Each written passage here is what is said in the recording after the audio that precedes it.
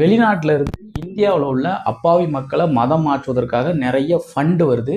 அந்த ஃபண்டு முதல்ல மாநில வாரியாக டிஸ்ட்ரிபியூட் ஆகி, அதுக்கப்புறம் மாவட்ட வாரியாக டிஸ்ட்ரிபியூட் ஆகி, ஒவ்வொரு ஊருக்கும் உள்ள இந்த சுவிசேஷகர், மத போதகர்கள், இந்த மத பரப்புரை செய்தவர்கள் அவங்களுக்கெல்லாம் கொடுக்கப்பட்டு, அவங்க அந்த பணத்தை அவங்களுக்கு கீழே உள்ளவங்கள்ட்டெல்லாம் கொடுக்கப்பட்டு, ஒவ்வொரு வீடு வீடாக போய் சந்து சந்தா தெரு தெருவாக போய் இந்தியா முழுவதும் கிறிஸ்தவ மதத்தை பரப்பிட்டு இருக்கிறாங்க. அப்பாவி இந்து ஜனங்களை கிறிஸ்தவ மத பரப்புரை செஞ்சு மதமாற்றம் செய்கிறாங்க. அப்படின்ற இந்த குற்றச்சாட்டு உண்மையா? பொதுவாக ஒரு குற்றச்சாட்டு அப்படின்னு வச்சோம் அப்படின்னா, குற்றம் சாட்டப்பட்டவன் நிரூபிக்கணும்னு அவசியம் கிடையாது.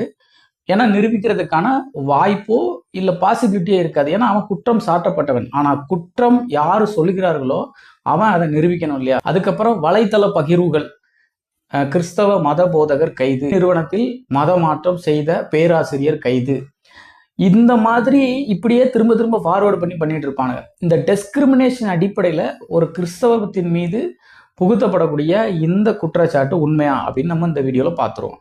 எனக்கு தெரிஞ்ச நண்பர் ஒருத்தர், தெரிஞ்ச நண்பர்ன்றதை விட ரொம்ப வேண்டியவன்னு வச்சுக்கிடுவோமே, அவங்ககிட்ட நான் ஒரு நாள் நான் போகக்கூடிய சர்ச்சில் ஒரு பண்டிகை நாள் வந்துச்சு. அப்போ அந்த பண்டிகை நாளுக்கு நான் அவனை சர்ச்சுக்கு போவோம் வா அப்படின்னு கூப்பிட்டேன். அவன் ஒரு கிறிஸ்துவை அறிந்த ஒரு கிறிஸ்தவன் தான், பெயரளவில் கிறிஸ்தவன், அலங்கார விளக்குகளுடன் கூடிய ஆலயத்துக்கு போகக்கூடிய ஒரு கிறிஸ்தவன், சிலுவையை கழுத்தில் அணியக்கூடிய ஒரு கிறிஸ்தவன். அவங்ககிட்ட நான் சர்ச்சுக்கு போவோம் வா அப்படின்னு நான் கூப்பிட்டேன். அதுக்கு அவன் இன்னொரு நாள் போகலாம் அப்படின்னு அவன் சொல்லிட்டான். சரின்னு நானும் விட்டுட்டேன். அதுக்கப்புறம் ஒரு 2 வாரம் கழிச்சு ஒரு ஞாயிற்றுக்கிழமை போயிட்டு அவங்ககிட்ட சர்ச்சுக்கு போவோம் வா அப்படின்னு கூப்பிட்டேன். அவன் இல்லை எனக்கு வேலை இருக்கு, நான் வேலைக்கு போவோம் இந்த வாரம், இன்னொரு நாள் பார்க்கலாம் அப்படின்ட்டான். சரின்னு சொல்லி நானும் விட்டுட்டு நானும் சர்ச்சுக்கு போயிட்டு வந்துட்டேன். திரும்ப ஒரு 2 வாரம் கழிச்சு மறுபடியும் அவங்ககிட்ட போயிட்டு, நீ சொன்னல இன்னொரு நாள் பார்க்கலான்னு, சர்ச்சுக்கு வா அப்படின்னு கூப்பிட்டேன். அவன் நான் அப்படியா, நான் கிரிக்கெட் விளையாட போகிறேன் அப்படின்னு சொல்லிட்டு போயிட்டான். அதுக்கப்புறம் நான் அவங்ககிட்ட போயிட்டு சர்ச்சுக்கோ அப்படின்னு கூப்பிடுறதே இல்லை. ஏன்னா எனக்கு தெரியும், நம்ம போய் கேட்டோம்னா ஏதாவது சாக்கு போக சொல்லிட்டு சர்ச்சுக்கு வரமாட்டான்னு தெரியும். நானும் விட்டுட்டேன். அதுக்கப்புறம் 1 வருஷம் கழிச்சு அதே நாள், பண்டிகை நாள் திரும்ப வந்தது. அப்போ நான் என்ன பண்ணேன், இவங்ககிட்ட போயிட்டு சர்ச்சுக்கு போவோம் வா அப்படின்னு கூப்பிட்டோம்னா இவன் எப்படியும் ஏதாவது ஒரு சாக்கு போக்கு சொல்லி நான் அங்கே போகிறேன் இங்கே போகிறேன் வேலை இருக்குன்னு சொல்லிடுவான். அதனால ஒரு பிளான் பண்ணேன்.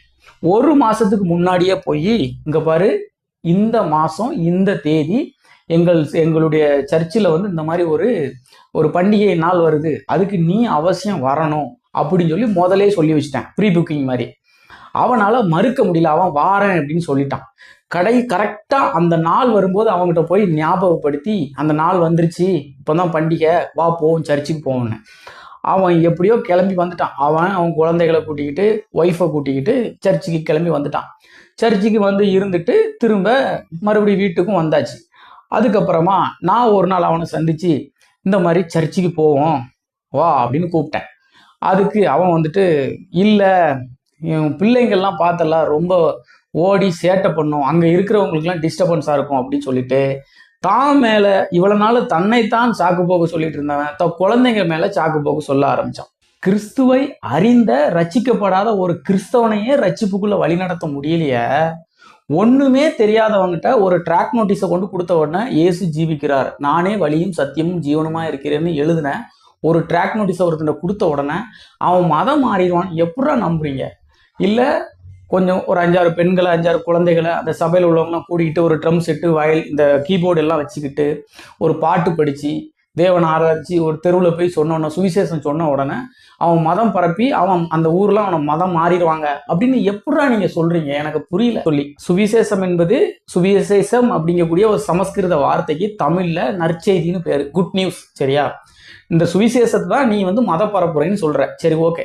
இப்படி ஒருத்தன் சுவிசேஷம் சொல்லி மதம் பரம்பாது அப்படின்னா என்னத்துக்காக அந்த பரப்புரையை நீ செய்யணும் அப்படின்னு நீ கேட்கறது எனக்கு புரியுது.